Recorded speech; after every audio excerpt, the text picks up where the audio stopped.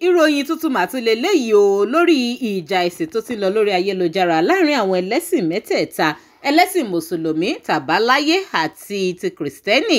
Nínú fọ́nrán yìí àràbà ifá ṣàlàyé wọ́n ní àwọn àgbààgbà fà nílẹ̀ Yorùbá wọ́n ti ń gbé ìgbésẹ̀ o láti wá solution sí gbogbo rògbòdìyàn tó ń lọ láàrin àwọn ẹlẹ́sìn mẹ́tẹ̀ẹ̀ta pé pàápàá Sheikh Akeugbagold ti pé àwọn lórí aago wọ́n sì pàrọwà kódà àwọn rí nínú ọ̀rọ̀ tí wọ́n bá wọn sọ wípé ìjẹ́ ọmọ Yorùbá ó ṣe pàtàkì ó sì múmú láyà Sheikh Akeugbagold gidigidi ni eléyìí tí wọ́n sì fẹ́ kí ìfẹ́ àti ìbáṣepọ̀ kó wà ní ilẹ̀ Yorùbá.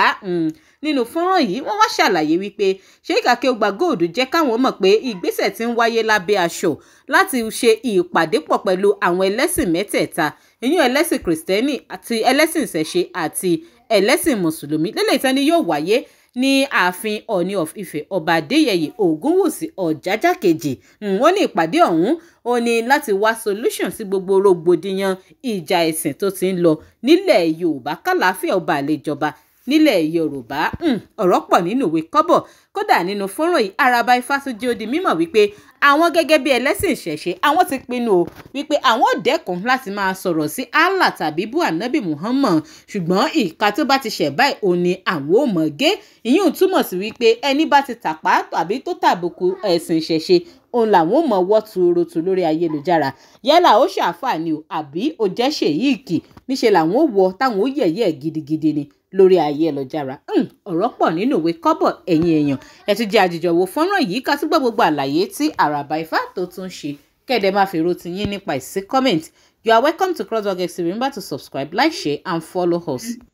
Ọ̀rọ̀ lẹ́ni tílẹ̀ mọ́ yìí èmi ti bẹ̀ gbogbo àgbáyé pé ká jáwọ́ wa lórí pé à ń bú ẹ̀sìn Islam ká má bú wọn mọ́ ká ṣe sùúrù ká jẹ́ kí ìjọba ó ṣe ohun tí wọ́n ṣe lófin jáde kó ṣe pé ìjọba wa bá a ṣe pàdé a gbọ́ information ni wípé ọ̀rọ̀ yẹn ti dọ́dọ̀ ìjọba ká sinmi díẹ̀ náà ká má dàbí aláṣejù ká jẹ́ ká wo nǹkan tó wọ́n gbé máa ṣòfin tó máa ṣe lé lórí àsí lọ́hùn àkọ̀wé lọ́hùn kì í ṣe pé ìjọba bá a ṣe meeting kì í ṣe pé ìjọba bá a ṣe agreement àbọ̀ ṣàdé nǹkan fún wa ṣùgbọ́n information tá a gbọ́ yẹn à ń dúró lé yẹn lórí ìyẹn nǹkan àkọ́kọ́ tí àwọn bá wá dúró tí ẹnìkan bá wá bú wa á bú o bọ ká má kó wọn pọ̀ mọ́ mùsùlùmí no ànábì nígbà tí ìyẹn ti lójú tí a ti báyìí débi kan tó bá jẹ́ ṣéèkì kan ló bú wa ṣéèkì yẹn ẹja bú òun náà ẹja fẹ́ díẹ̀ jáde ẹja fi pa ẹja gbàbẹ ní bá bọ́ọ̀lù ẹja yẹ̀yẹ́ ẹ jẹ́ ká jẹ́ kó mọ̀ pé ó kéré sẹ́ni tó lè máa bú un tá a gbé dání ọ̀tọ̀ nìyẹn tóun náà bá wá fẹ́ ká bú òun ṣéèkì àáfà ìmáàmù tó fẹ́ ká bú òun kò ní bú wa so kò ṣe màlè mọ́ ká máa wo nǹkan tó fẹ́ ṣẹlẹ̀ ní yàrá màlè àti pé lọ́wọ́lọ́wọ́ báyìí gan àwọn àgbààgbà ẹ̀ màlè pápá gan wọ́n ti bẹ̀rẹ̀ ìgbésẹ̀ tó dájú nínú èrè o kó lè yé gbogbo àgbáyé tí èmi ò kí ń sọ pé tí mo rí o aláàjì àgbà ìyẹn ṣéèkì ńlá báyìí Alhaji Akeugbagold nílùú Ìbàdàn wọ́n ti pè mí o wọ́n pè mí wọ́n náà wọ́n àjọ sọ̀rọ̀ wọ́n dẹ̀ bá àlàáfíà wá wọ́n sọ ọ̀rọ̀ àlàáfíà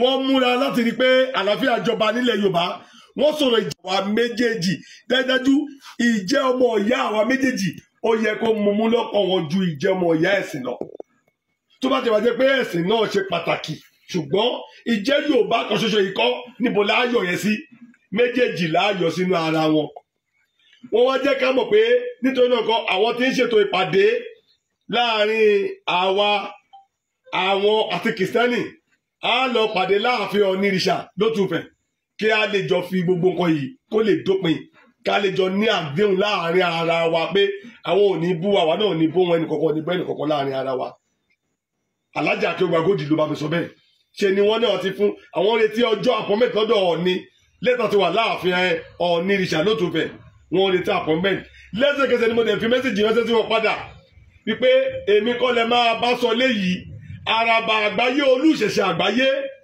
àràbà àgbáyé olùṣẹ̀ṣẹ̀ àgbáyé Awódọ̀tun Awóre ni òun lẹ máa bá sọ òun ló máa pe àwa pé ìpàdé yá bí ò bá ti pè mí pé pàdé yẹn mi ò ní débẹ̀. Mo dẹ̀ mú nọ́mbà bàbá yẹn mo dẹ̀ sẹ́ndẹ̀ sí wọn. Wọ́n wà láfíà wá, wọ́n ṣe dáadáa, wọ́n gbé ìgbésẹ̀ tó nítumọ̀. Tí wọ́n bá ti wá gbé ìgbésẹ̀ tó nítumọ̀ bí ó yẹ ká náà ṣe sùúrù, ó yẹ ká pera léèyàn, ó yẹ ká ṣe pẹ̀lẹ́pẹ̀lẹ́. Ìyẹn lèmi ṣe sọ pé kí kápapọ̀ ojú tiẹ̀ kọ́kọ́ fi àpẹẹrẹ rere lélẹ̀, ká kọ́kọ́ jáwọ́ ń bẹ̀. Tábà rán ọmọ wa tó dẹ̀ wá ń ṣe, á máa pè wọ́n kọ̀ọ̀kan, á máa bẹ̀ wọ́n. Ṣùgbọ́n tábà wá ń bá ọmọ wa sọ̀rọ̀ tọ́wọ́n ọmọ wa ń gbọ́, tọ́wọ́n tọ̀hún ò bá wa gbọ́, ẹ jẹ́ ká sọ fún ọmọ wa pé ẹni tó bá sọ̀rọ̀ ìka tó bá ṣẹ̀, ẹ jẹ́ kó bá gé. Àáfà tó bá sọ kọ́tọ̀kọ̀tọ̀ nípa wa ẹgbẹ́ jáde kí gbogbo àjọ dánú bò ẹjọ́ lọ wà tán ẹ̀. Ẹja fi pa, ẹja bu bó ṣe dúró, ẹja bu tojútojú, ẹja bu tìmùtìmù, ẹja bu tìrùgbọ̀n, ẹja bu kàbáyé ẹ̀jẹ̀.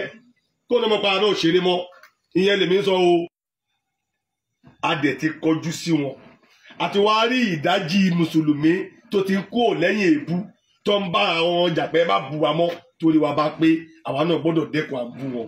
Ó ti kú ìjà ẹni kankan, ìka tó bá lè ti ṣe lẹ́kọ̀ọ́ bá oge torí pé ó yẹ níjùmọ̀. Lóòótọ́ àwọn ti ṣe ó pọ̀ jù, tá a bá fọdún mẹ́wàá ṣe ogún ọdún ṣe, ọgbọ̀n ọdún ṣe àjẹbí, ṣùgbọ́n ṣé àwa ò fẹ́ kíjà parí mọ́ ni? Àlàáfíà tá a gbé dání lánàá ń bọ̀dá wá jù sí mọ́. Tá a bá wá pèsè nísìnyí, tá a bá wá kálàáfíà jọba, ìdá àlàáfíà tó bàbá aláwa gbé dání táwọn náà gbé dání lánàá ṣe àti dáná sọ ni. Ṣé bá bàbá aláwa ló ń tùlù tọ̀ wọn lọ ń dábàá lọ ń rúbọ lọ́sì tí ogun bá jà ní, ṣogun gbọ́dọ̀ tọwọ́ wa ṣẹ ni. Ṣùgbọ́n olówó àfà onítàbà tí àdá a gbọ́dọ̀ fèsì òru wọn tó ṣù méjì bá pé àwọn yẹn ò ṣe parí. Èmi àti tàbà tí àdá ẹ̀ la lọ́rọ̀ àtòun. Tí a máa gbé sórí afẹ́fẹ́, a máa jẹ́ ká yé mọ̀. A mọ̀ pé òun ṣe èèyàn lọ bá lò, òun ṣì yàrá kọlù, òun ṣì yàrá bọ́ sí. Àwọn tó máa wúre là wọn ò ní tí wọ́n sọ pé ó ti ṣílé wọ̀. Àwọn tó máa wúre là wọ́n sọ pé ó ti ṣílé bọ́ sí. Sọ ọ̀tọ̀ nìyẹn, but kò ń ṣe àpapọ̀ mùsùlùmí ló ṣẹ̀wà mọ́. Tápapọ̀ mùsùlùmí ò bá ti wá ṣẹ̀wà mọ́, tápapọ̀ mùsùlùmí ò bá ti wá ṣe àwọn tó bá wá pèsè wọ́n fẹ́ wá pèsè yìí. Lóòótọ́ pèsè ọtí ìrẹ́ǹdì o, kò tí ìrẹ́ǹdì o, ó ṣẹ̀ṣẹ̀ bẹ̀rẹ̀ ní o. Lèmi ṣe ń bẹ̀bẹ̀ pé ẹ ṣe káwọn náà máa lulẹ̀ wẹ́rẹ́wẹ́rẹ́ títí tí pèsè tí ó fi réèn. Tí pèsè bá ti wá réèn, a ti mọ̀ pé a ti dárí ẹ̀ṣẹ̀ jì àwọn tó ṣẹ̀ wá nìyẹn. Àwọn tó bá wá tún wá ṣẹ̀ míì, àáfà tó bá yọnu sí ìṣẹ̀ṣe, òun lábàáyé ẹ̀jẹ̀ kó ṣànábì mọ́. Ní ọba àgbàtọ́ àwọn ọmọ ànábì ti lè dìde láti bá wa bá àwọn ọmọ wọn wí. Tọ́wọ́n náà ti àgírí irúnmọlẹ̀ wa gẹ́gẹ́ bí irúnmọlẹ̀ ilẹ̀ wa lóòótọ́ òjíṣẹ́ tiwa. Ó lágbára o, ọ̀rọ̀ rẹ o, ọ̀rọ̀ lẹ́gbọ́ lẹ́nu àràbà ifá yìí. Wọ́n ní àwọn ìgbésẹ̀ kọ̀ọ̀kan tí ń lọ lábẹ́ aṣọ gẹ́gẹ́ bí ohun tí Sheikh Akeugbagold jẹ́ kí ó di mímọ̀ sí àwọn. Ojú wo lẹ fi wo gbogbo ọ̀rọ̀ yìí? Ìhàwó ló kọ sí yín? Ẹ máa bá wa jọ sí kọ́mẹ̀ǹtì. Fáfàní ẹ̀yin tẹ́ bá wá fẹ́ ṣe ìpolówó ọjà yín tàbí tẹ́ fẹ́ kàn sí wa lórí ìkànnì, ẹ máa kàn sí wa through WhatsApp number wa tó wà ní orí Facebook page. Ẹ ti jẹ́ ká jìjọ gbọ́ ìpolówó ọjà yìí ní ráńpẹ́ ká tó máa dágbére. And please remember to subscribe, like, share and follow us. Thanks for watching. Tẹ́ ẹ bá lè rí àmì ṣe, gbogbo ogun tó lóhùn ní gbọ́ tó lóhùn ní gbà lórí ayé yín, iná agbára Ọlọ́run máa jó dànù. Kí lè nǹkan tẹ́ ń là kọjá tó dàbí pé ẹ ti wá ọ̀nà àbáyọ ṣùgbọ́n tí ẹ ti rí ọ̀nà àbáyọ. Ẹ ti pàdé wòlíì yín ló fà, ṣùgbọ́n arán mi sí ọ lónìí dádì, arán mi sí ọ lónìí mọ́mì. Olúwa lòun fẹ́ ṣe nǹkan ńlá nínú ayé yín. Olúwa sọ wípé gbogbo tẹ́ ń là kọjá yín òun fẹ́ fi òpin sí. Kí nìkan tẹ́ ń là kọjá lórí ìgbéyàwó ni, lórí ọmọ ni, lórí iṣẹ́ ni, níbi gbogbo ni, bóyá ogun kan ló dàbí pé ogun yẹn le, ẹ ti gbìyànjú kò tí ì sí ọ̀nà àbáyọ. Ẹ jẹ́ àjọ gbàdúrà, ẹ jẹ́ àjọ wá ojú Olúwa, kí làṣírí ogun yẹn gangan, ẹ jẹ́ àjọ wádìí lọ́wọ́ Ọlọ́run, ká dẹ̀ mọ ọ̀nà àbáyọ. Ẹ̀rọ ìbánisọ̀rọ̀ tẹ́ fi pè mí fún àdúrà àti ọ̀nà àbáyọ, òun náà ni +234 70 25 47 5427 +234 70 25 47 5427. Bẹ́ẹ̀ ṣe ń pè mí fún àdúrà lórúkọ Jésù ẹ máa rí ìyanu.